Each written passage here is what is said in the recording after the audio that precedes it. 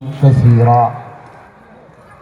أما بعد فأعوذ بالله من الشيطان الرجيم. بسم الله الرحمن الرحيم. إن الذين قالوا ربنا الله ثم استقاموا فلا خوف عليهم ولا هم يحزنون. صدق الله العظيم. عن سفيان بن عبد الله رضي الله عنه قال قلت يا رسول الله قل لي في الإسلام قولا لا أسأل عنه أحدا غيرك. قال قل آمنت بالله ثم استقم، أو كما قال عليه الصلاة والسلام. وعن العباس بن عبد المطلب رضي الله تعالى عنه قال قال رسول الله صلى الله عليه وسلم ذاق طعم الإيمان من رضي بالله ربا وبالإسلام دينا وبمحمد رسولا، أو كما قال عليه الصلاة والسلام. اللهم صل على سيدنا محمد وآله وأصحابه وبارك وسلم. اللهم صل على سيدنا محمد وآله وأصحابه وبارك وسلم. اللهم صل على سيدنا محمد وآله وأصحابه وبارك وسلم.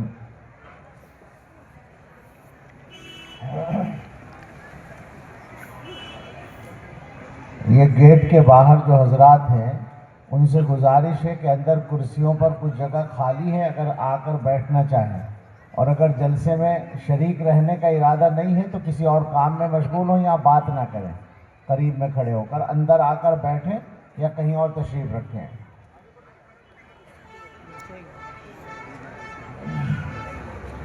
تاریخ نے پوچھا اے لوگو یہ دنیا کس کی دنیا ہے؟ دنیا میں انسانوں نے بہت کچھ کیا ہے، اس میں سے بہت کچھ ایسا ہے جو کرنے کا تھا اور بہت کچھ ایسا ہے جو نہ کرنے کا تھا. اس کا خلاصہ ہے. ایک بزرگ شاعر کی یہ نظم ہے. تاریخ نے پوچھا اے لوگو یہ دنیا کس کی دنیا ہے؟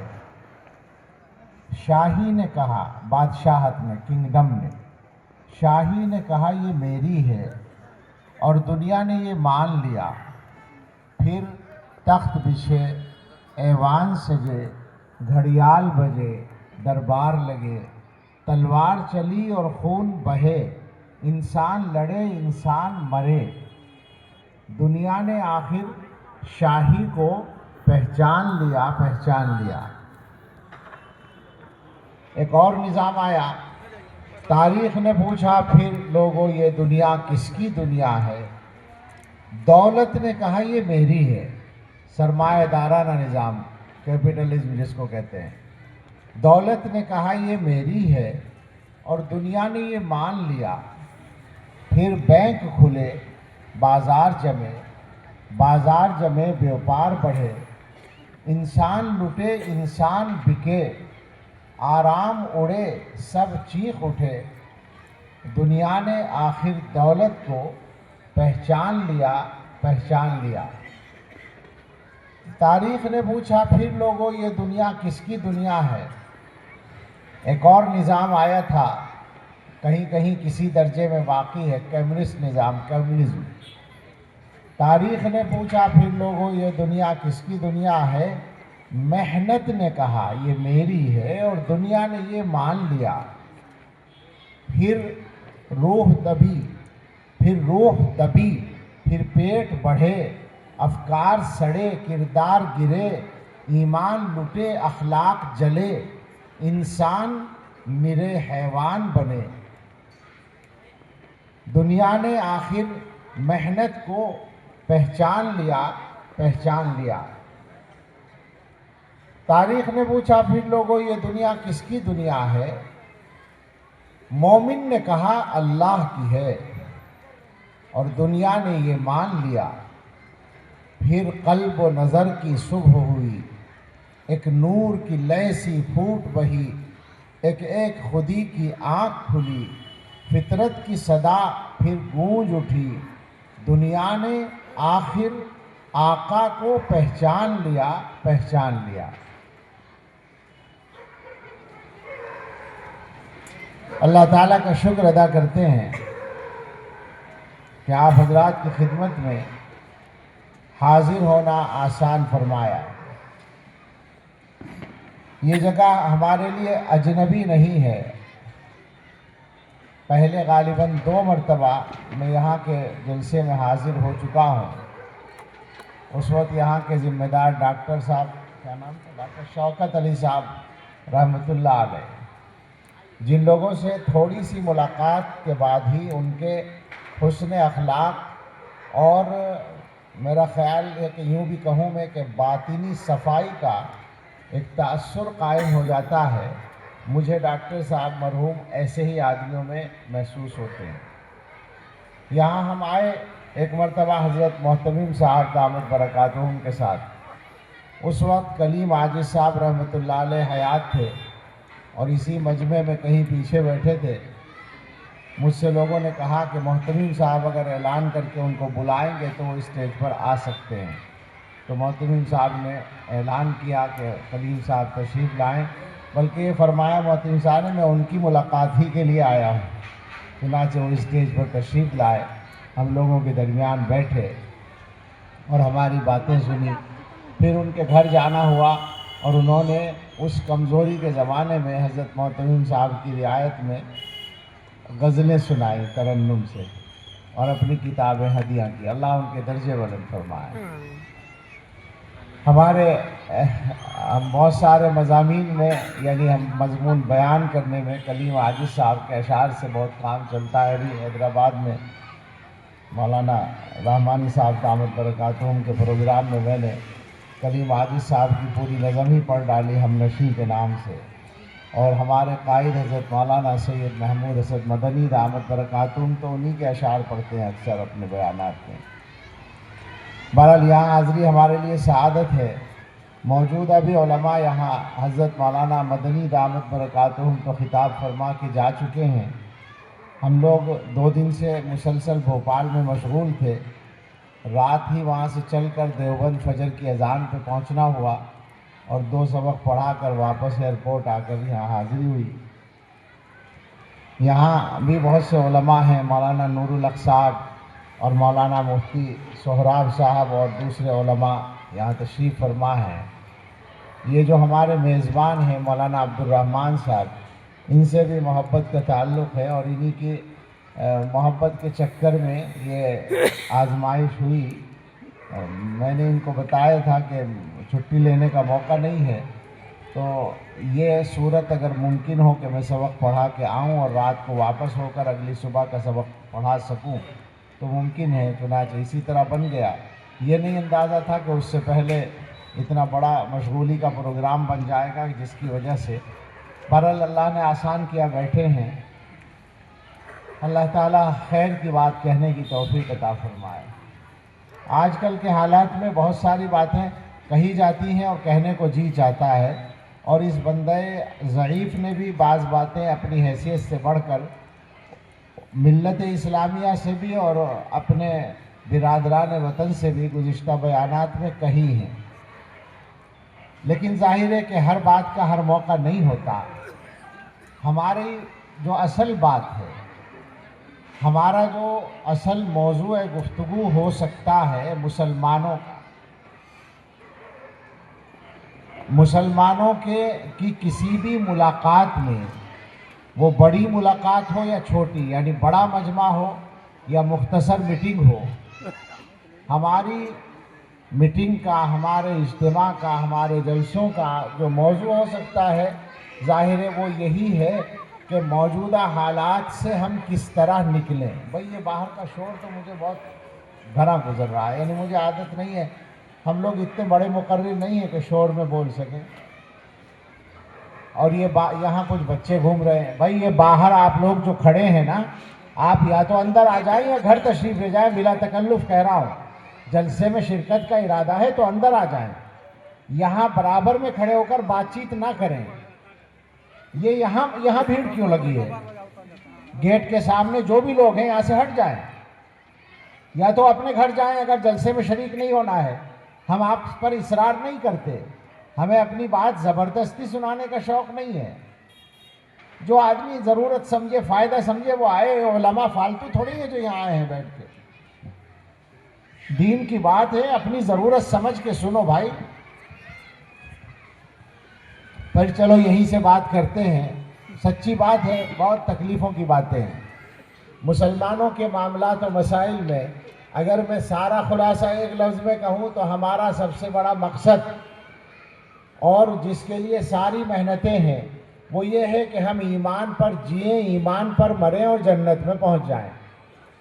بتائیے اس میں کوئی اختلاف کی گنجائش ہے؟ اصل منزل، اصل مقصد، اصل مشن یہی ہو سکتا ہے. اب ظاہر ہے کہ یہ کام، یہ منزل حاصل کرنے کے لیے ہمیں خود کچھ کرنا پڑے گا نا. ہمیں اپنے آپ کو ٹھیک کرنا پڑے گا. تو جہاں جہاں انگلی رکھنے کی گنجائش ہے، جہاں جہاں ہمیں اپنے آپ کو بدلنے کی ضرورت ہے، میں دو چار انہی نقطوں پر پون گھنٹے میں 50 منٹ میں چاہتا ہوں بات پوری کر لوں، گفتگو کرتا ہوں. تو یہیں سے شروع کریں جو میرا ذہن چلا گیا. دین اصل ہے، آخرت اصل ہے، دنیا نمبر 2 پر ہے. اور یہ بات کوئی بزرگوں کی نصیحت نہیں ہے کہ ویسے ہی سن لیا جائے کہ بزرگ تو کہا ہی کرتے ہیں. نہیں، یہ سچائی ہے. یہ مسلمان کے ایجنڈے کو صحیح کرنے والا اصول ہے. مسلمان کے یہاں اگر دنیا نمبر 1 پر ہو سارے کام بگڑ جاتے ہیں. اچھی طرح یاد رکھیں اس بات کو. اور آج کے زمانے میں کام بگڑنے کی اصل وجہ یہی ہے کہ عام طور پر نیتوں میں دنیا ہے، آخرت نہیں ہے. لہذا معاملہ گڑبڑ ہو رہا ہے. کام ہو رہے ہیں، کام سارے ہو رہے ہیں، مگر جو نتیجہ چاہیے وہ حاصل نہیں ہو رہا. اس لیے کہ حضرت محمد الرسول اللہ صلی اللہ تعالی علیہ وسلم نے صاف لفظوں میں یہ بتایا تھا، اعمال کی قدر سے وہی مراد ہے میری جو ویلیو جس کو کہتے ہیں، اعمال کی ویلیو. انما الاعمال بالنیات، علماء سے پوچھیں، بالکل حدیث میں یہی مفہوم مراد ہے. ہم لوگ ترجمہ کرتے ہیں اعمال کا دار و مدار نیت پر ہے. وہ اس لیے کرتے ہیں کہ اعمال کا صحیح ہونا بھی نیت پر موقوف ہے. فرض ادا تبھی ہوگا جب نیت ہوگی. مگر اللہ کی بارگاہ میں کسی عمل کا کچھ حیثیت رکھنا یہ نیت پر موقوف ہے، نیت کے صحیح ہونے پر. اور جو عمل اللہ کی بارگاہ میں کوئی حیثیت رکھتا ہے دنیا میں، اسی کا صحیح نتیجہ نکلتا ہے، ورنہ نہیں نکلتا. یہ ہمیشہ یاد رکھنا ہے. آج ہمارے کاموں کا جو پورا نتیجہ نہیں نکل رہا تو ہم سب کو اپنی اپنی نیت پر محنت کرنے کی ضرورت ہے. اپنی نیتوں کو ٹھیک کرنے کی ضرورت ہے. نیت کا موضوع ہے تو انما الاعمال بالنیات تو بنیاد ہے. مگر میں اس پر ذرا حضرات علماء کو متوجہ کرنا چاہتا ہوں. متوجہ کرنے سے مراد کوئی نئی بات بتانا نہیں ہے، بلکہ یہ عرض کرنا ہے کہ اس مضمون کو مسلمانوں کے ذہنوں میں اتارنے کی کوشش کریں. اپنے اوپر بھی کریں اس کو لاگو، اپنے آپ کو بھی ہمیں ٹھیک کرنا ہے. دو باتیں. ایک تو یہ بات ہے کہ اللہ کے رسول صلی اللہ تعالیٰ علیہ وسلم نے ایک عجیب و غریب موقع پر یہ بات فرمائی تھی، انما الاعمال بالنیات، جس کو سب جانتے ہیں. اعمال کا دار و مدار نیتوں پر ہے. یہ جو ارشاد ہے ایک خاص واقعے کے پس منظر میں ہے. آپ حضرات نے پڑھا ہوگا وہ زمانہ تھا جب مکہ مکرمہ سے مدینہ طیبہ ہجرت کر کے جانا فرض تھا. اور ہجرت اتنا عظیم الشان عمل تھا کہ اللہ تعالیٰ اس کی وجہ سے راضی ہو جاتے تھے، جنت پکی ہو جاتی تھی. لیکن اتنا ہی مشکل عمل بھی تھا. اپنے گھر کو چھوڑنا، رشتہ داروں کو چھوڑنا، کاروبار کو چھوڑنا، زمین جائیداد کو چھوڑنا، تعلقات اور دوستیوں کو چھوڑنا، اپنے وطن کو چھوڑنا اور اس کو چھوڑ کر ایک اجنبی جگہ چلے جانا جہاں مستقبل کی کوئی گارنٹی نہیں، کیا ہوگا کچھ پتہ نہیں. یہ اتنا مشکل عمل تھا ہجرت.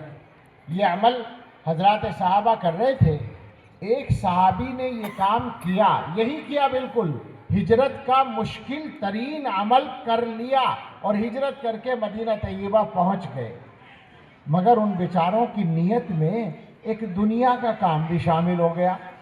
دنیا کی ایک ضرورت بھی اس میں آ گئی کہ صاحب چلو مدینے جا کے وہ کام بھی ہو جائے گا تو مدینے چلتے ہیں.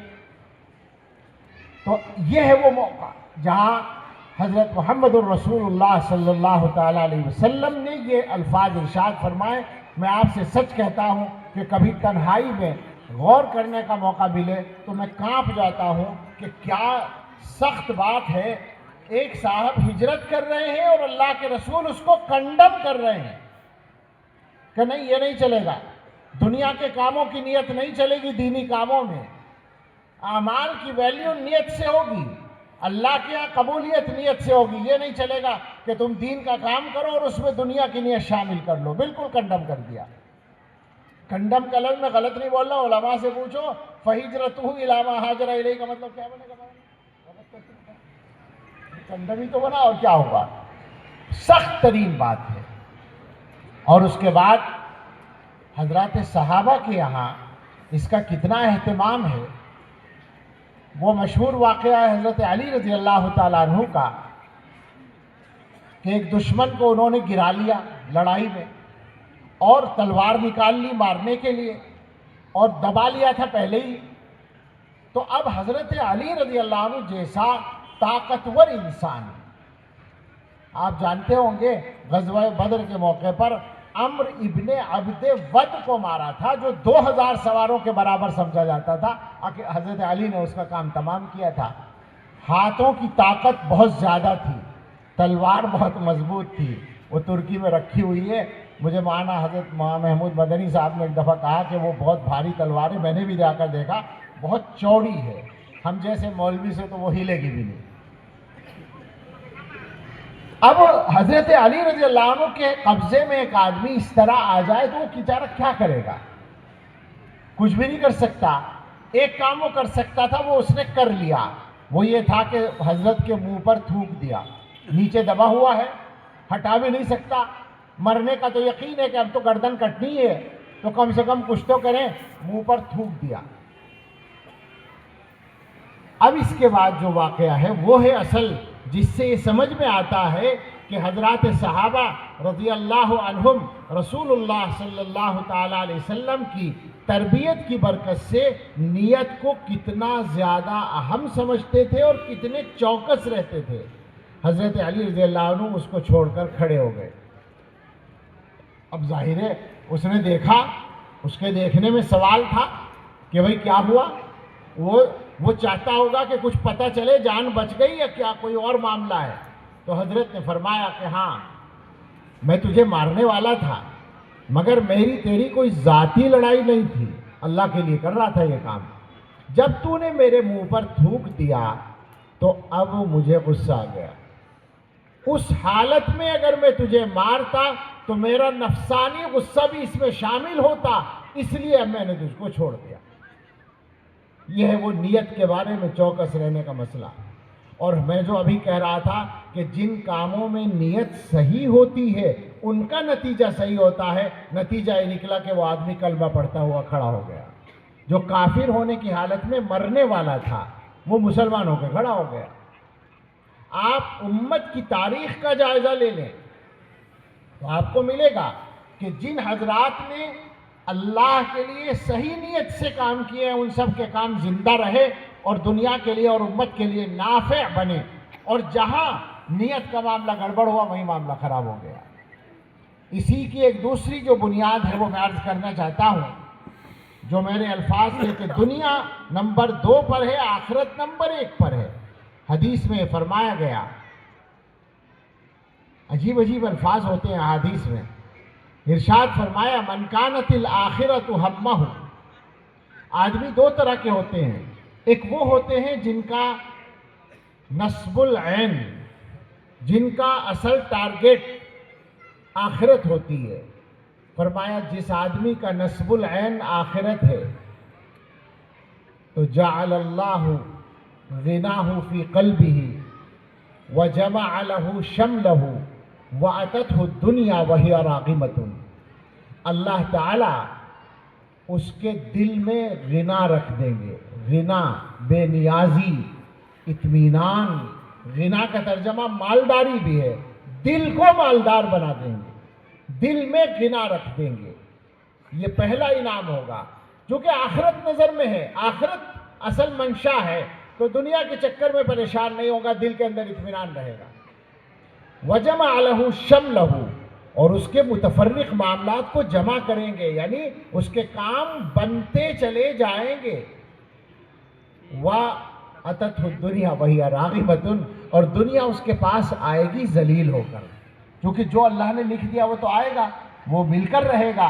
اور وہ چونکہ آخرت کو اصل مانتا ہے تو دنیا بیچاری اس کے پیچھے پیچھے جائے گی، ذلیل ہو کر پہنچے گی. وَمَنْ كَانَتِ الدُّنْيَا هَمَّهُ، اور جس آدمی کا اصل ٹارگیٹ دنیا ہے، اصل نصب العین دنیا ہے، دنیا کا مفاد، دنیا کی عزت، دنیا کا لالچ، دنیا کی شہرت، دنیا میں اپنے آپ کو بڑا کہلوانا، دنیا میں بڑا بننا، یہ بدترین مصیبتیں ہیں جنہوں نے ہمیں تباہ کر رکھا ہے. نکال دیں ان خواہشات کو دلوں سے، اللہ بڑا بنا دے گا. اپنے نوجوان احباب سے تو ضرور کہوں گا، بڑی عمر والے تو بزرگ ہیں، لیکن جو نوجوان ہیں، عمر میں مجھ سے چھوٹے ہیں، علم میں چاہے وہ بھی سب بڑے ہیں، مگر ان سے کہنا ہے کہ بالکل پاک کر لو اپنے دل کو اس خواہش سے کہ مجھے شہرت مل جائے اور مجھے بڑا مان لیا جائے. جب یہ دل میں خواہش ختم ہو جائے گی، اسی دن تم بڑے ہو جاؤ گے. تو اللہ فرمایا جس آدمی کا نصب العین دنیا ہے تو جعل اللہ فقرہ بین عینیہ، پہلی سزا تو یہ ملے گی کہ پیشانی پر فقیری لکھ دی جائے گی. چہرے سے پتہ چلے گا کہ جناب جو ہے کسی چکر میں ہے، کچھ ضرورت ہے، کچھ چاہتے ہیں. فقر چہرے سے نظر آئے گا. وَفَرَّقَ عَلَيْهِ شَمْلَهُ، اور اس کے معاملات منتشر ہو جائیں گے، کبھی یہ معاملہ بگڑ رہا ہے، کبھی وہ معاملہ بگڑ رہا ہے، کبھی وہ معاملہ بگڑ رہا ہے، پریشان پھر رہا ہے. وَلَمْ يَأْتِهِ مِنَ الدُّنْيَا إِلَّا مَا قُدِّرَ لَهُ، اور دنیا اتنی ہی ملے گی جتنی مقدر میں، اس سے زیادہ نہیں ملے گی، چاہے جتنے ذلیل ہو جاؤ. دنیا کے لیے ناک رگڑ لو، جو اللہ نے لکھا وہ ملے گا، اس کے علاوہ نہیں ملے گا، یہ طے ہے بالکل. تو اس لیے پہلا کام یہ ہے کہ ہم لوگ اپنا ٹارگیٹ صحیح کر لیں، آخرت کو اپنا نصب العین بنا لیں. اب اسی سے وہ بات آ جائے گی جس پر میں متوجہ ہوا تھا، بلکہ تکلیف ہوئی تھی، کہ جب آخرت نصب العین ہوگی، آخرت اصل منزل ہوگی، تو ہمارے معاملات کا ہمارے اعمال اور معاملات کا بیلنس ٹھیک ہو جائے گا، توازن ٹھیک ہو جائے گا. دین کو جہاں رکھنا چاہیے وہاں رکھیں گے، اور دنیا کو جہاں رکھنا چاہیے وہاں رکھیں گے. عام طور پر دین اور دنیا کی جب بات آتی ہے تو لوگوں کو ایک غلط فہمی ہوتی ہے کہ مولوی لوگ جو ہیں یہ کہہ رہے ہیں دنیا کو چھوڑ دو، دنیا کا پیسہ چھوڑ دو، دنیا مت کماؤ. تو بالکل جلدی سے میں ایک دو جملوں میں اس بات کو نمٹا دیتا ہوں کہ ہماری شریعت میں پیسہ اور مال کمانے پر کوئی پابندی نہیں ہے، کوئی لمٹ مقرر نہیں ہے کہ وہاں تک کمانے کے بعد آپ آگے تجارت نہیں کر سکتے، کاروبار نہیں کر سکتے. جتنا چاہیں کمائیں، مسئلہ وہ نہیں ہے، مسئلہ وہ نہیں ہے. مسئلہ وہی ہے دنیا کو مقصد بنانے کا، اور مقصد بنانے کا مطلب ہوتا ہے دنیا کے فائدے کے لیے آخرت کا نقصان کرنے کا. اس سے منع کیا گیا ہے، ایک پیسے کے لیے بھی آخرت کا نقصان نہ کرو. اور آخرت کے نقصان کے بغیر تم ارب پتی بن جاؤ، کھرب پتی بن جاؤ، شریعت میں کوئی پابندی نہیں ہے. ہاں تم جو چاہے بن جاؤ، مگر دنیا کی عظمت دل میں نہ ہو، عظمت دین کی ہو. بہت آسانی سے ٹیسٹ کر سکتے ہیں ہمارے دل کا حال کیا ہے. آپ سوچیں ذرا، یہیں پر اسی جگہ اگر کوئی کانفرنس ہو رہی ہو تجارت کے گر بتانے کے لیے، آج کل وہ ہوتے ہیں نا، بہت سے ایگزیبیشن ہوتے ہیں، فیئر ہوتے ہیں، نمائشیں ہوتی ہیں، اور ان میں کچھ کانفرنسیں بھی ہوتی ہیں. بہت سے ماہرین تجارت، وہ جو معاشیات کے ماہر، تجارت کے ماہر، کاروبار کے ماہر، وہ آتے ہیں اور کچھ چیزیں سکھاتے ہیں. آپ نے دیکھا ہوگا نا کوئی نہ کوئی اس طرح کا پروگرام، اس میں کیا حال رہتا ہے. وہاں بھی کیا اس طرح سے بھیڑ لگا کر کچھ لوگ شور کرتے ہیں اور کچھ بچے وہاں کودتے پھر رہے ہوتے ہیں. ایسا ہو سکتا ہے کیا؟ میں اس جلسے کی قدر گھٹانا نہیں چاہتا، مجھے معلوم ہے کہ یہ جلسہ بہت شاندار ہے. مولوی عبدالرحمن ناراض نہ ہو، بڑا شاندار نظم ہے، بڑا سلیقہ ہے. مسئلہ تو مسلمانوں کے عام مزاج پر کا ہے، وہ عام مزاج کی بات ہو رہی ہے جس کا ظہور ہر جگہ ہوتا رہتا ہے۔ عرض یہ کرنا ہے دنیا کی عظمت نکال دیں، عظمت فقط دین کی رکھیں، دنیا نمبر 2 پر رکھیں، دین نمبر 1 پر رکھیں۔ میں ٹیسٹ کی بات کر رہا تھا، ٹیسٹ اس طرح ہوتا ہے کہ دینی معاملات کے لیے جو ہمارا رویہ ہے وہ کیا ہے، اور دنیاوی معاملات کے لیے جو ہمارا رویہ ہے وہ کیا ہے۔ ایک ٹیسٹ اور عرض کرتا ہوں قرآن کریم کی روشنی میں، وہ واقعہ سب جانتے ہیں، قرآن کریم کا مشہور واقعہ ہے۔ قرآنی شخصیات میں ایک نام ہے، قرآنی شخصیات سے مراد ہے جن لوگوں کا ذکر قرآن میں آیا۔ ایک نام ہے قارون کا، جو حضرت موسیٰ علیہ السلام کی قوم کا آدمی ہے۔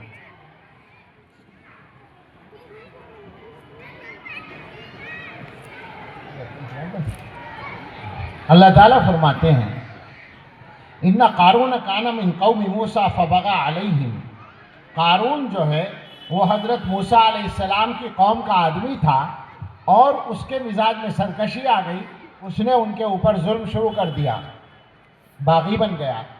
وَآتَيْنَاهُ مِنَ الْكُنُوزِ مَا إِنَّ مَفَاتِحَهُ لَتَنُوءُ بِالْعُصْبَةِ أُولِي الْقُوَّةِ، اور ہم نے اس کو اتنے خزانے دیے جن خزانوں کی چابیاں ایک طاقتور گروہ کو بوجھل کر دیں، یعنی 10 آدمی ان چابیوں کو اٹھانے میں تھک جائیں، اتنی زیادہ چابیاں تھی خزانوں کی، تو خزانے کتنے ہوں گے۔ اذ قال له قومه لا تفرح ان اللہ لا يحب الفرحین، بات اس وقت کی ہے جب اس سے اس کی قوم نے کہا کہ تم فخر میں مبتلا نہ ہو، اللہ تعالیٰ فخر کرنے والوں کو پسند نہیں کرتا۔ وابتغ فیما آتاک اللہ الدار الآخرہ، اور جو کچھ اللہ نے تمہیں دیا ہے اس میں آخرت کو تلاش کرو۔ ولا تنس نصیبک من الدنیا، اور دنیا میں جو تمہارا حصہ ہے اس کو فراموش نہ کرو۔ وَأَحْسِن كَمَا أَحْسَنَ اللَّهُ إِلَيْكَ، اور اللہ نے جیسے تمہارے ساتھ احسان کا معاملہ کیا لوگوں کے ساتھ اچھا برتاؤ کرو۔ وَلَا تَبْغِ الْفَسَادَ فِي الْأَرْضِ، اور زمین میں فساد نہ کرو۔ إِنَّ اللَّهَ لَا يُحِبُّ الْمُفْسِدِينَ، اللہ تعالیٰ فساد کرنے والوں کو پسند نہیں کرتا۔ قارون نے جواب کیا دیا، قال، اس نے کہا، انما اوتیتہ علی علم عندی، یہ جو مال مجھے ملا ہے، یہ جو میرے پاس مال کی طاقت ہے، خامخواہ تم نصیحت کرنے آ گئے، میری قابلیت کا نتیجہ ہے جناب، میں نے محنت سے یہ مال کمایا ہے۔ جیسے آج کل کا کوئی مالدار کہہ دے کہ ہم نے پیسہ محنت کر کے کمایا، وہ نصاب رسید لے کے آ گئے چندہ کرنے کے لیے، کچھ ایسی ہی بات ہے نا یہ۔ اس نے کہا انما اوتیتہ علی علم عندی، یہ مجھے ملا ہے میری اس صلاحیت کی بنا پر جو میرے پاس ہے۔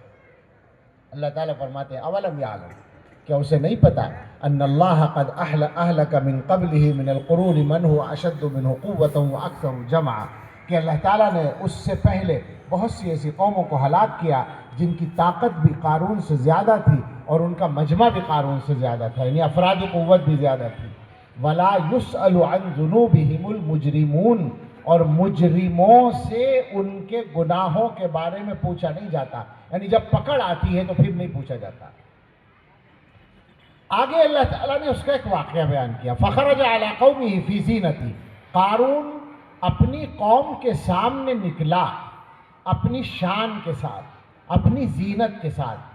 قرآن کے انداز بیان سے معلوم ہوتا ہے کہ قارون نے پروگرام بنایا اپنی دولت کا مظاہرہ کرنے کا، لوگوں پر روب ڈالنے کے لیے، اور تماشا دیکھنے والے راستے پر کھڑے ہو گئے۔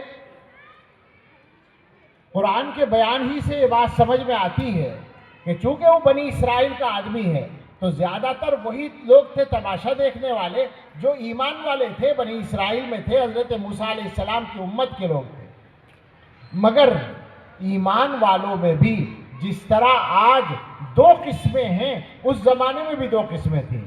ایک وہ تھے جن کے منہ میں رال ٹپکتی تھی مال دیکھ کر، ہم لوگوں کی طرح، اور ایک وہ تھے جو اللہ والے تھے جن کا ٹارگٹ آخرت تھی۔ دونوں طرح کے لوگ وہاں کھڑے تھے۔ اب قرآن کے الفاظ کا صرف ترجمہ کروں تو آپ کی سمجھ میں آئے گا۔ باری تعالیٰ فرماتے ہیں فخرج علی قومہ فی زینتہ، وہ اپنی قوم کے سامنے نکلا اپنی شان و زینت کے ساتھ۔ قال الذین یریدون الحیات الدنیا، ان لوگوں نے کہا جو دنیا کی زندگی کے چاہنے والے تھے. کیا کہا؟ دو جملے کہے. آپ سب سن رہے ہیں نا؟ ذرا غور کیجئے گا اور سوچئے گا، آپ اور ہم وہاں کھڑے ہوتے تو ان دو باتوں کے علاوہ کیا کہتے؟ یعنی میں یہ کہنا چاہتا ہوں کہ ہم لوگوں کا ذوق بھی ایسا کہ ہم بھی یہی کہتے. کیا کہا؟ یا لیت لنا مثل ما اوتی قارون، کاش ہمیں بھی اتنا مال مل جاتا جتنا قارون کو ملا ہے. کیا خیال ہے؟ اپنے زمانے کے کسی مالدار کو دیکھ کر یہ تمنا نہیں آتی ذہن میں کہ اللہ نے فلاں کو دے رکھا ہمیں بھی دے دیتے؟ یہی تو ہے یا لیت لنا مثل ما اوتی قارون. اور اگلا جملہ انہو لذو حظ عظیم، یہ قارون بڑی قسمت والا آدمی ہے. ایمانداری سے بتائیے، آپ حضرات پڑھے لکھے لوگ ہیں، ایمانداری سے بتائیے، مالداروں کا تعارف ہمارے ہاں یہی ہوتا ہے نا کہ یہ فلاں صاحب اللہ نے ان کو بڑا نوازا ہے؟ بتاؤ ہوتا ہے یا نہیں؟ انہی الفاظ سے مجھ سے کرایا جاتا تھا، اس لیے میں کہتا ہوں. اب تو میں نے تقریروں میں بول بول کے روک دیا لوگوں کو، اب مجھ سے یہ الفاظ نہیں کہتے. کبھی آپ نے کسی مولوی کے تعارف میں بھی یہ جملہ بولا ہے کہ یہ مولانا فلاں صاحب ان کو اللہ نے بڑا نوازا ہے، یہ بہت بڑے آدمی ہیں؟ مالداروں کے لیے ہمارے ہاں لفظ ہی یہ ہے کہ یہ تو بہت بڑے آدمی ہیں. کیا مطلب بہت بڑے آدمی ہیں؟ یعنی بہت بڑے مالدار ہیں. یہی ہے نا؟ کیا سوچ ہے؟ عالم کیوں نہیں بڑا ہے؟ عالم کو یوں کیوں نہیں سمجھا جاتا کہ اسے اللہ نے نوازا ہے؟ وہی وہاں ہے. یہ کون ہے؟ الذین یریدون الحیات الدنیا. وہ کہہ رہے ہیں کاش ہمیں بھی اتنا مل جاتا جتنا قارون کو ملا ہے. یہ قارون بڑی قسمت والا آدمی ہے. اب وہاں کچھ اللہ والے بھی کھڑے تھے، اور اللہ والوں کے لیے جو اللہ والا کا لفظ نہ بولوں بلکہ آخرت کو چاہنے والے کھڑے تھے، آخرت کی فکر کرنے والے کھڑے تھے. لیکن حضرات علماء سے درخواست ہے کہ روزانہ سوچا کریں اس بات کو کہ یہاں پر ادھر یریدون الحیات الدنیا تھا، یہاں یریدون الآخرت نہیں کہا گیا، الذین اوتوا العلم کہا گیا. اس کا مطلب یہ ہے کہ علماء کی یہی صفت ہے. اگر یہ صفت نہ ہو تو وہ عالم نہیں ہے. فرمایا وقال الذین اوتوا العلم، ان لوگوں نے کہا جن کو علم دیا گیا تھا، یعنی جو آخرت کی فکر رکھنے والے تھے. معلوم ہوتا ہے علم وہی کہلاتا ہے جو آخرت کی فکر پیدا کرتا ہے. کیا کہا انہوں نے؟ ان سے کہا جو لالچ کر رہے تھے، وَيْلَكُمْ، تمہارا ناس ہو، کیا بات کرتے ہو؟ ثواب اللہ خیر لمن آمن وعمل صالحا، اللہ کا ثواب بہتر چیز ہے اس آدمی کے لیے جو ایمان لائے اور نیک عمل کرے. وَلَا يُلَقَّاهَا إِلَّا الصَّابِرُونَ. اور یہ فرمایا باری تعالیٰ نے کہ یہ جو ایمانی کیفیت ہے یہ ہر ایک کو نہیں ملتی، صبر کرنے والوں کو ملتی ہے. یہ تو وہاں قصہ ہو گیا، ایک دن کا واقعہ ہے یہ. اس کے بعد کچھ وقت گزرا ہوگا، اللہ کی طرف سے عذاب کا فیصلہ آ گیا. فَخَسَفْنَا بِهِ وَبِدَارِهِ الْأَرْضِ، ہم نے قارون کو اور اس کے گھر کو زمین میں دھسا دیا. فَمَا كَانَ لَهُ مِنْ فِئَةٍ يَنْصُرُونَهُ مِنْ دُونِ اللَّهِ وَمَا كَانَ مِنَ الْمُنْتَصِرِينَ. اب کوئی گروہ ایسا نہیں تھا جو اللہ کے مقابلے میں اس کی مدد کر سکے، اور وہ بھی بچنے والا یا انتقام لینے کی پوزیشن میں نہیں تھا. اب کیا ہوا؟ وہ بیچارے جو پرسوں فلاں دن نمائش والے دن لالچ کر رہے تھے تو وہ بیچارے ایمان والے، نصیحت ہو گئی. وَأَصْبَحَ الَّذِينَ تَمَنَّوْا مَكَانَهُ بِالْأَمْسِ يَقُولُونَ، وہ لوگ جو کل قارون جیسی جگہ کی تمنا کر رہے تھے وہ کہنے لگے وَيْكَأَنَّ اللَّهَ يَبْسُطُ الرِّزْقَ لِمَنْ يَشَاءُ مِنْ عِبَادِهِ وَيَقْدِرُ. بھئی ایسا معلوم ہوتا ہے کہ اللہ تعالیٰ اپنے بندوں میں سے جس کو چاہتے ہیں زیادہ دیتے ہیں، جس کو چاہتے ہیں کم دیتے ہیں. یہ فضیلت کا مسئلہ نہیں ہے، تو اللہ کی حکمت ہے کسے دینا ہے زیادہ کسے کم دینا. لولا امن اللہ علینا لخسف بنا، اگر اللہ ہم پہ کرم نہ کرتا تو ہمیں بھی دھسا دیا ہوتا. وہی کأنہ لا یفلح الکافرون. بھائی ایسا ہے کافر تو کامیاب نہیں ہوتے، ناشکر کامیاب نہیں ہوتے، منکر کامیاب نہیں ہوتے۔ اور اس کے بعد ایک آیت اور ہے، وہ ضرور سن لیں۔ باری تعالیٰ نے یہ سارا قصہ سنانے کے بعد ارشاد فرمایا تلک الدار الاخرہ، یہ جو آخرت کی کامیابی ہے، نجعلها للذین لا یریدون علوا فی الارض ولا فسادا، یہ جو آخرت کی کامیابی ہے یہ ہم ان لوگوں کے لیے مقرر رکھتے ہیں جو زمین میں بلندی نہیں چاہتے اور فساد نہیں چاہتے، زمین میں اپنی بڑائی۔ جو آدمی زمین میں اپنے آپ کو بڑا بنانا چاہے گا وہی فساد کرے گا، یہ ہمیشہ یاد رکھیں۔ آج کی دنیا کا فساد کیا ہے؟ ہر آدمی یہ چاہتا ہے کہ میں لیڈر بنوں، مجھے بڑا مانا جائے، میری بات چلے، لہذا فساد ہے۔ فساد ختم کرنے کا راستہ کم سے کم مسلمانوں کو تو اس معاملے میں صحیح کر لینا چاہیے اپنے آپ کو، اور دوسروں کو بھی دعوت دینی چاہیے اور سمجھانا چاہیے کہ دنیا کی بڑائی کوئی بڑائی نہیں ہے، یہ بڑائی تو لوگوں کی عنایت سے ملتی ہے، اور جب جی چاہتا ہے لوگ اس سنگھاسن پہ سے اتار دیتے ہیں جس پر کبھی انہوں نے بڑی عزت سے بٹھایا تھا۔ کیوں چکر میں پڑے آدمی؟ بلندی اصل وہ ہے جو اللہ کے یہاں حاصل ہے۔ وہ کیسے حاصل ہوتی ہے؟ حضرت علی رضی اللہ تعالیٰ عنہ کا ارشاد مجھے یاد آ گیا اچانک، فرماتے ہیں من اراد غنى بلا مال وہیبة بلا سلطان وعزا بلا عشیرة فلیتق اللہ فإن اللہ یأبى ان یذل الا من عصاه۔ علماء خاص طور سے ہمیشہ یاد رکھیں، دلوں پر لکھ لیں اور لوگوں کو سمجھائیں۔ فرمایا جو آدمی بغیر مال کے غنا چاہے، غنا ابھی بات ہو رہی تھی دل کا غنا، بغیر مال کے مالدار بننا چاہے اور بغیر اقتدار کے، اقتدار یعنی کیا کہیں گے اس کو، پاور، عہدہ، عہدے سے ہی طاقت آتی ہے نا، بغیر عہدے کے اور بغیر اقتدار کے رعب چاہے کہ لوگ اس کا رعب محسوس کریں، اس کی بات مانیں، اور عزم بلا عشیرت، بغیر خاندان کے عزت چاہے۔ آپ سمجھے نا بات کو؟ دنیا میں کیا ہوتا ہے، پیسہ ہو تو آدمی غنی ہے، عہدہ ہو تو آدمی کے پاس طاقت ہے، اور بڑا خاندان ہے تو عزت ہے، ورنہ کوئی نہیں پوچھتا، عام جو رواج ہے دنیا کا۔ اب یہ تو اپنے ہاتھ میں نہیں ہے۔ حضرت علی رضی اللہ تعالیٰ عنہ فرماتے ہیں کہ تمہیں چاہیے یہ چیزیں، غنا چاہیے، عزت چاہیے، طاقت چاہیے، تو سنو، جو آدمی بغیر مال کے غنا چاہتا ہو، بغیر اقتدار کے رعب چاہتا ہو، اور بغیر خاندان کے عزت چاہتا ہو، تینوں کے لیے ایک ہی نسخہ ہے، فلیتق اللہ، اسے چاہیے کہ اللہ سے ڈرے، تقوی کی زندگی گزارے۔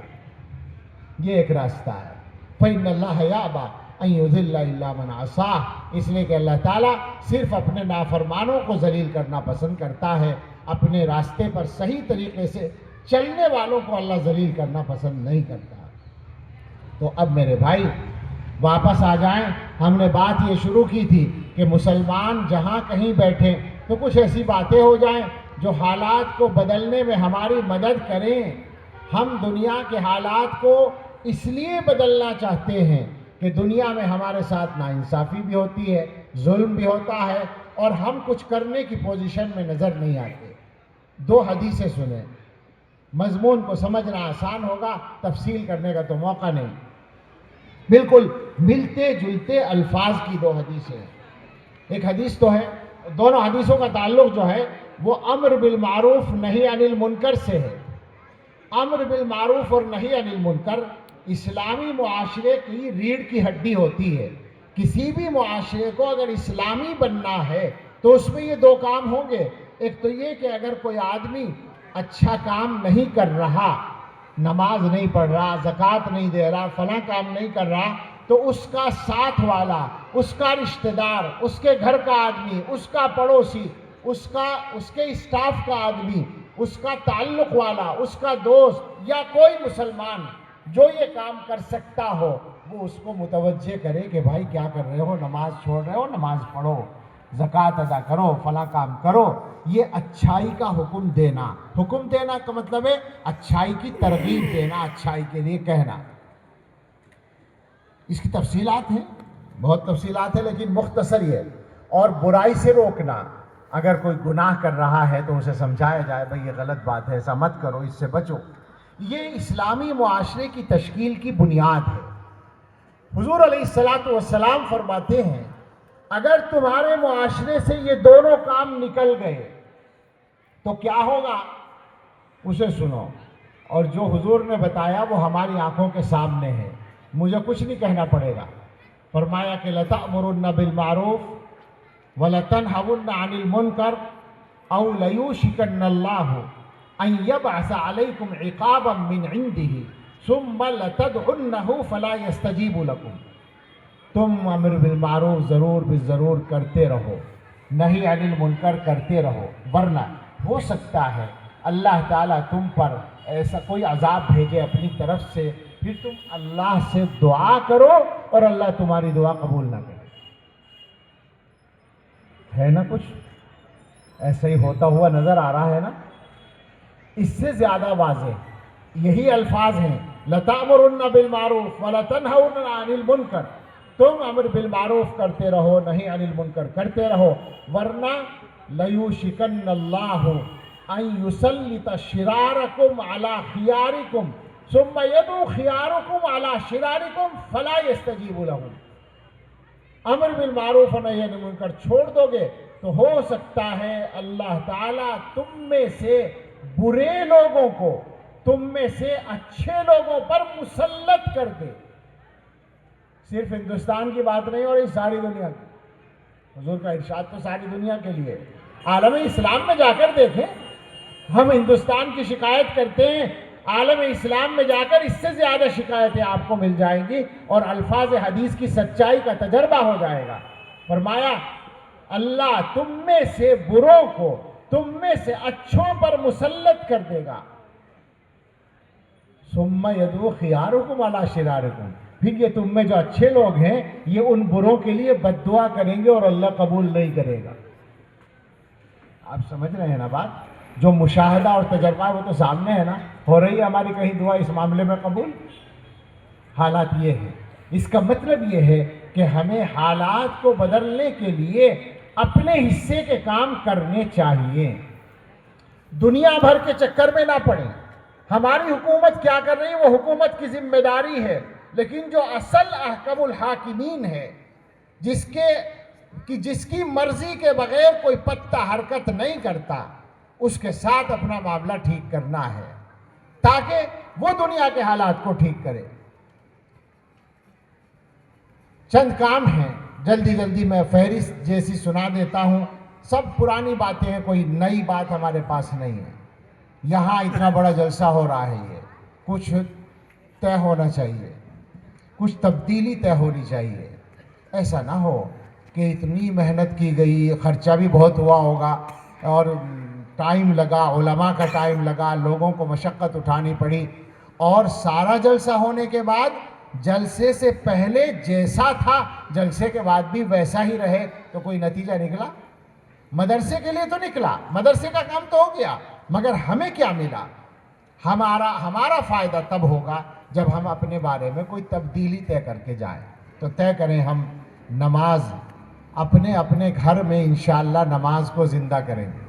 ساری دنیا کی ذمہ داری نہیں ہے، جو اصل ذمہ داری ہے وہ میں بول رہا ہوں. جن کی ذمہ داری زیادہ ہے وہ اپنی ذمہ داری کو جانتے ہیں، لیکن جو ہر مسلمان کی ذمہ داری ہے وہ میں بول رہا ہوں کہ اللہ نے ڈیوٹی لگائی ہے اپنے آپ کو اور اپنے گھر والوں کو جہنم سے بچانے کی. تو نمبر 1 کا کام ہے ہم سب اپنے اپنے گھر میں نماز زندہ کریں گے انشاءاللہ. خود بھی پڑھیں گے، گھر والوں کو بھی پڑھوائیں گے، مگر اس میں سختی نہیں، نرمی اور حکمت سے کام کرنا ہوگا. عادت ڈالیں گے، عادت ڈالنی ہوگی. دوسرا کام، گھر کے اندر کوئی ناجائز پیسہ، 1 پیسہ بھی آنے کو ہم روک دیں گے انشاءاللہ. اگر اب تک آتا ہے، نہیں آتا تو شکر ہے اللہ کا، لیکن ناجائز پیسے کی تفصیلات بہت ہیں. ایک مصیبت جو سارے ملک میں ہے، اور میں چھوٹے چھوٹے گاؤں میں گزشتہ 5-7 سال کے عرصے میں کسی نئی جگہ میں پوچھے بغیر نہیں رہا ہوں. پورے ہندوستان میں کیرلا سے کشمیر تک اور آسام سے گجرات تک سب جگہ کی بات میں کر رہا ہوں، مجھے ابھی تک کوئی جگہ نہیں ملی جو خالی ہو سودی قرضے سے۔ سودی قرضہ، اور سودی قرضہ دونوں طرح کا، بینکوں کا قرضہ بھی، جس کی نحوست سے میں نے اپنی آنکھوں سے کھربوں روپے کی کمپنیاں بند ہوتے انہی 1-2 سال کے اندر دیکھی۔ اور چھوٹا قرضہ جو گھروں میں آتا ہے، جو عورتوں کو دیا جاتا ہے، پورے ملک میں جال بچھا ہوا ہے، گھروں میں قرضہ آتا ہے اور سود کے ساتھ واپس کرنا پڑتا ہے، اور اگر کبھی واپس نہ ہو تو بہت کچھ اس کے بدلے میں جھیلنا پڑتا ہے۔ بدترین بات ہے، اس سے اپنے گھروں کو پاک کرنا ہے انشاءاللہ۔ تیسرا کام، اپنے آپ بھی اور اپنے بچوں کو بھی قرآن پڑھانا ہے انشاءاللہ۔ کیا بات ہے، آخر آج کے وقت میں بھی مسلمانوں کی اکثریت نماز سے بھی دور ہے، اور یہ اکثریت قرآن سے بھی دور ہے۔ یہ مجمع جو دینداروں کا مجمع بیٹھا ہے، میں اگر یہ دعویٰ کروں کہ آدھے آدمی قرآن پڑھنا نہیں جانتے تو کیا میں غلط کہوں گا؟ آپ سوچیں ذرا۔ اس لیے آپ یہاں سے فیصلہ کر کے جائیے کہ انشاءاللہ یہ جو کوتاہی چل رہی ہے، اب یہ کوتاہی دور کی جائے گی، اور ہر بچہ اور ہر بڑا انشاءاللہ قرآن ضرور پڑھے گا۔ یہ 3 باتیں ہیں، اور اب میں ایک حدیث سنا کر بات ختم کرتا ہوں، جو گزشتہ 1-2 سال کے اندر تقریباً ہر نئی جگہ پر جا کر سنانے کی کوشش کی ہے۔ اس سے کچھ اور چیزیں ایمان والوں کے دلوں میں اتر جاتی ہیں اور ایمان تازہ ہوتا ہے، اللہ تعالیٰ کے ساتھ اپنا تعلق صحیح کرنے میں مدد ملتی ہے۔ حدیث قدسی ہے، یعنی ایسی حدیث ہے جس میں اللہ کے رسول صلی اللہ علیہ وسلم اللہ کی طرف سے بات سنا رہے ہیں کہ اللہ تعالیٰ اپنے بندوں سے یہ کہتے ہیں۔ حضرت ابو ذر غفاری رضی اللہ تعالیٰ عنہ کی روایت ہے، وہ نقل کرتے ہیں رسول اللہ صلی اللہ تعالیٰ علیہ وسلم سے، اور وہ اللہ تعالیٰ کی طرف سے فرماتے ہیں۔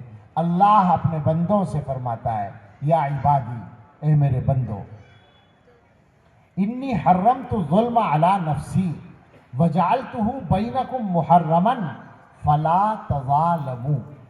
اے میرے بندو، میں نے، یہ کون کہہ رہا ہے؟ اللہ، جو مالک ہے، جو خالق ہے، جس کی شان یہ ہے کہ وہ کچھ بھی کرے اسے اختیار ہے، وہ کہتا ہے کہ میں نے اپنے اوپر ظلم حرام کر رکھا ہے، یعنی میں ظلم نہیں کرتا۔ جس کو تم ظلم سمجھتے ہو میں وہ بھی ظلم نہیں کرتا، حالانکہ اللہ کی شان یہ ہے کہ وہ کچھ بھی کرے وہ ظلم نہیں ہوگا، لیکن اللہ تعالیٰ کہتے ہیں جس کو تم ظلم سمجھتے ہو میں وہ ظلم بھی نہیں کرتا۔ وَجَعَلْتُهُ بَيْنَكُمْ مُحَرَّمًا، اور میں نے ظلم کو تمہارے آپس میں بھی حرام کر دیا ہے۔ فَلَا تَظَالَمُوا، تو خدا کے واسطے ایک دوسرے پر ظلم نہ کیا کرو۔ کس کو فرما رہے ہیں؟ اپنے بندوں کو۔ یہ بندے جو دوسروں کے ظلم کی شکایت کرنے میں لمبی لمبی زبانیں چلاتے ہیں، اور ان کا عالم یہ ہے کہ یہ گھروں میں ظلم کر رہے ہیں اور پڑوسیوں پر ظلم کر رہے ہیں اور رشتہ داروں پر ظلم کر رہے ہیں، کیا ہو رہا ہے آخر یہ؟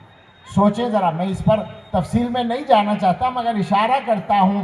ظلم کا مطلب ہوتا ہے کسی کا حق مارنا، کسی کی حق تلفی کرنا، کسی کے ساتھ وہ برتاؤ نہ کرنا جو برتاؤ کرنا چاہیے، یہ ظلم کہلائے گا۔ تو شوہر بیوی کے ساتھ، بیوی شوہر کے ساتھ، اولاد والدین کے ساتھ، والدین اولاد کے ساتھ، ساس بہو کے ساتھ، بہو ساس کے ساتھ، بھائی بہن ایک دوسرے کے ساتھ، رشتہ داروں کے ساتھ، پڑوسی پڑوسیوں کے ساتھ، پارٹنر کے ساتھ، ادارے کے ذمہ دار اپنے ماتحتوں کے ساتھ اور ماتحت ذمہ داروں کے ساتھ، میں ساری باتیں کہہ رہا ہوں۔ اور اداروں سے مراد صرف مدرسہ نہیں، صرف اسکول اور کالج نہیں، ہر قسم کے ادارے، فیکٹریاں اور کمپنیاں تک ظلم کا ایک عام چلن ہے۔ جہاں جس کو طاقت ملتی ہے وہ دوسروں کو ستانے کی کوشش کرتا ہے۔ توبہ کر لیں، اللہ تعالیٰ فرماتے ہیں آپس میں ظلم نہ کرو۔ اس کے بعد چند باتیں ارشاد فرمائیں جن سے ہمیں اپنی اوقات کا تھوڑا سا اندازہ ہو جائے اور اللہ کی شان کا کچھ احساس ہو جائے۔ فرمایا کہ یا عبادی کلکم ضال الا من ہدیتہ فاستہدونی اہدکم، اے میرے بندو، تم میں سے ہر ایک گمراہ ہے سوائے اس کے جسے میں ہدایت دوں، مجھ سے ہدایت مانگو میں تمہیں ہدایت دوں گا۔